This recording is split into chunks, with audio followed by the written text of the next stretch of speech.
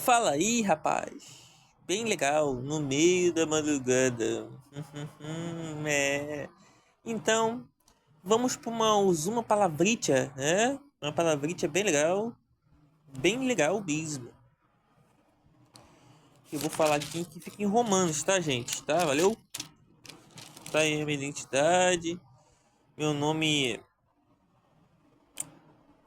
Isso não, tá? Mas vambora. Eu vou ler Romanos, né? Falando sobre o velho homem, do pecado, né? E eu vou tentar ler o capítulo todo, cara, que é pouca coisa.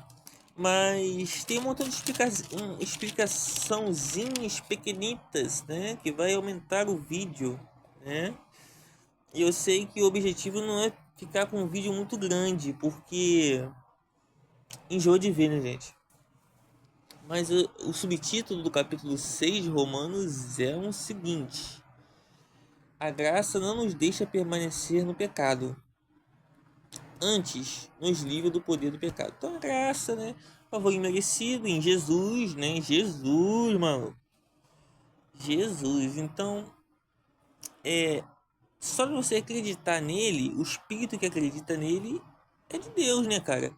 Tipo assim, tem um em outro livro aqui, não sei onde fica, eu esqueci, é Novo Testamento. É, todo espírito que é de Deus acredita que Jesus veio em carne, né? E por quê? Por quê? Porque Jesus morreu, né? A gente, quando é batizado, é o que fala.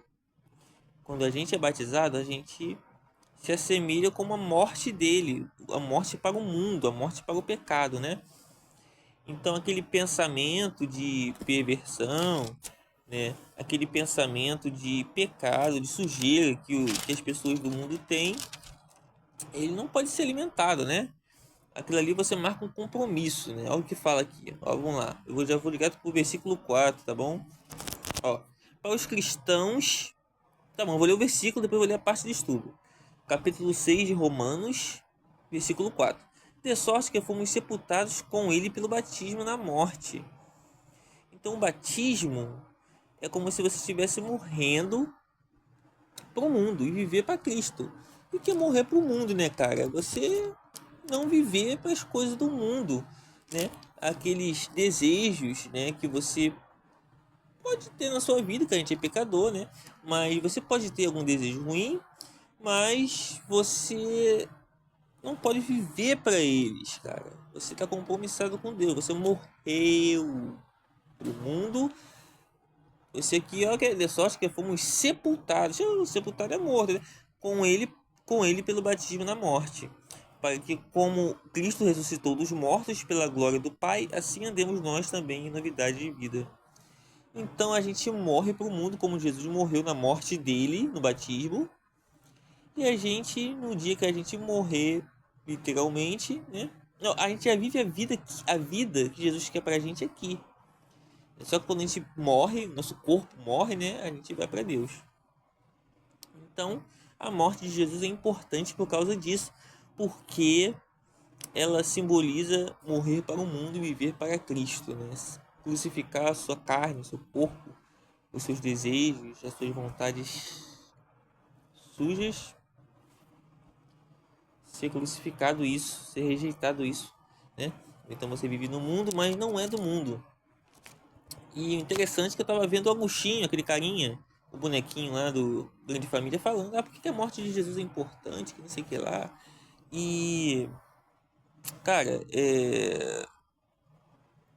é a morte dele que dá vida pra gente, entendeu? Ele morreu, ele foi o sacrifício perfeito, ele teve que se sacrificar, né? Todo ano tinha lá um Cordeiro Pascual que retirava o pecado do povo, né?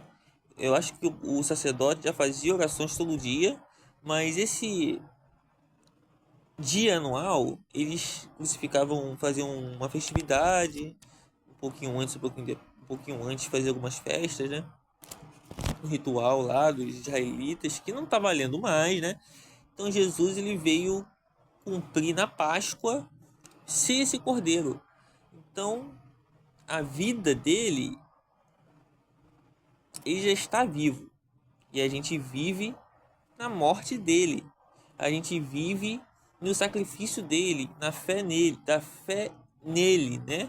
Então a morte dele tinha que acontecer, é importante, entendeu? Que vivemos pelo sacrifício dele. Então o amor dele fez que ele morresse por nós para dar acesso ao céu, né, cara? É o que tá falando aqui, ó. De sorte que fomos sepultados com ele pelo batismo na morte. Então todos que creem nele e são batizados morre, mano. Morre pro mundo, entendeu? Morre pro mundo, cara. Aí você fica felizão lá, rindo pra caraca. Porque você fica feliz da vida, cara. Que Jesus, ele dá alegria, cara. Sério, sério mesmo. Tem momentos que tu fica triste, tem momentos que tu se chateia, que tu se aborrece, né, cara? Mas, cara, você tem um espírito de Deus, cara. Você não pode viver triste, infeliz, né? Tendo muito ou pouco, com muita amizade ou pouca amizade, né? Deus, ele te dá alegria, né? Escute um louvor, faça uma oração, né? Converse com alguém, né? Mesmo assim, se você não fizesse essas coisas, somos seres sociais, precisamos de pessoas. Mas se você não fizesse essas coisas, Deus, ele te sustentaria se você estiver nele, entendeu? Ele tem compromisso com as pessoas que creem, choram para ele, que buscam ele. Ele é um Deus bom, né? Diferente aí do Satanás, né? Que é um cara ruim, né? Ele é enganador, mentiroso. Ele vai te enganar com religiões erradas. Ele vai fazer você rejeitar o evangelho, achar que essa verdade aqui não é única, né? Ele vai te causar dúvida a respeito de Jesus e Deus na sua mente quando você estiver sofrendo, quando você estiver triste, né? Ele vai botar na sua cabeça que você não merece o céu, não sei, não merece ser alegre, feliz, né? Pessoas que são deprimidas, ele bota pensamento de suicida, de morte, né? Ele quer acabar de vez. Então, ele não consegue fazer isso, então ele faz aos poucos, né? Conforme você vai rejeitando Deus e não buscando a ele toma acesso aí da tua vida, né? E se Deus permitir, ainda que você não seja servo dele, se ele permitir, né? Ele comprou a nossa vida na morte, naquele sofrimento todo, né? Coisas boas custam caro e nós, não o nosso físico, né? Que ele criou também, mas o nosso espírito, ou alma, né? Um vai para Deus e o outro vai para o destino. Ele comprou, né? Ele já comprou o que ele já fez, cara. Ele já comprou o que ele já fez. Já era dele, mas a gente fez Adão, né? Não a gente, né? A gente só tá recebendo aí o dano, né? Mas infelizmente a vida é assim, né? E a gente nasceu nessa situação, né? Fazer o quê? Temos que batalhar pelo céu, né, amigo? Então, por mais que seja ruim, você está vivo. E meu cabelo tá cortado. Aí, que é isso? Tá bom, né? Então vamos embora pro texto que eu não comecei a falar ainda. Eu falei uma parte aqui. Ó, não, eu li o versículo 4, né? Eu falei um pouco sobre o batismo, né? Eu li o versículo 4. De sorte que fomos sepultados com ele pelo batismo na morte. Para que, como Cristo ressuscitou dos mortos, para a glória do Pai, ele ressuscitou, né? Ressuscitou. Então a gente já vive uma vida com Deus aqui. Quando a gente é batizado na morte dele, que é o batismo nas águas, né? E depois que a gente morre, a gente segue o plano aí de céu, né? Todos mortos para a glória do Pai. Assim andemos nós também em novidade de vida. A gente já anda em novidade de vida aqui. A gente já vive o céu aqui na terra, né? Se você assim buscá-lo e honrar o compromisso do batismo, né? Que é tomar ceia e tal. Aí eu vou ler a parte de estudo aqui que eu não li, que eu fiz a minha explicação, dei minhas palavrinhas bobas, né? E a palavra de Deus, é claro, isso é o que importa, né? Mas a palavra do céu de Deus acaba entrando, né? Na palavra, né? Se intrometendo, né? Mas vambora, minha gente, vambora. Para o cristão, o batismo é um símbolo do sepultamento e ressurreição com Cristo. Viu? Sepultamento. E ressurgiu com Cristo, maluco. Mas é mais do que isso. Beleza, né? Quando acompanhado de fé verdadeira, é o batismo com fé, né? O batismo tem a ver com a nossa rejeição do pecado e dedicação a Cristo, o que resulta num fluxo contínuo de graça e de vida sobre nós, né? É aquele uma fé nisso, né? Você acreditar naquele simples rito ali de você descer nas águas e subir, você está vivendo uma vida com Deus, novidade de vida. Ô, meu filho, vai pra lá, cara. É, você está vivendo novidade de vida, o que resulta num fluxo contínuo de graça e de vida sobre nós. Então, quando Jesus foi batizado, peraí, meu filho, peraí. Quando Jesus foi batizado, desceu a pomba lá sobre ele, que era o Espírito de Deus, né, para fortalecer na caminhada dele, ajudar ele no ministério, né? Que é Deus também, é claro, e assim a gente acredita, né? O Espírito Santo que o povo recebeu depois da retirada dele desse mundo, né? Ele foi pro céu, lá, ficar lá, né? Acompanhando a gente. Então, tá falando aqui que tem um fluxo contínuo de graça, de vida divina sobre nós. Então, é uma força maior que você ganha, né? De ligação com Deus no batismo, né? Pela fé, nós cremos, né? Que o batismo, assim como Jesus foi batizado e a pomba desceu sobre ele, nós acreditamos também que o Espírito Santo nos acompanha superiormente nesse fluxo aí que está falando aqui, né? De vida sobre nós contínua, né? Que isso é bom, não gera só alegria e felicidade na vida, mas gera tudo que agrada a Deus, na sua busca e dedicação com a palavra de Deus acompanhada, é claro, né? O Espírito pode nos guiar, mas ele não vai dar na nossa mente, botar na nossa mente, no nosso coração, aquilo que nós precisamos estudar, né? Então podemos ter Deus? Podemos, né? Mas a palavra de Deus é importante estudar, né? É acompanhar, aprender, ensinar também, né? Para quem gosta, para quem sabe, né? Mas não é coisa difícil, não é bicho de sete cabeças, entendeu, minha gente?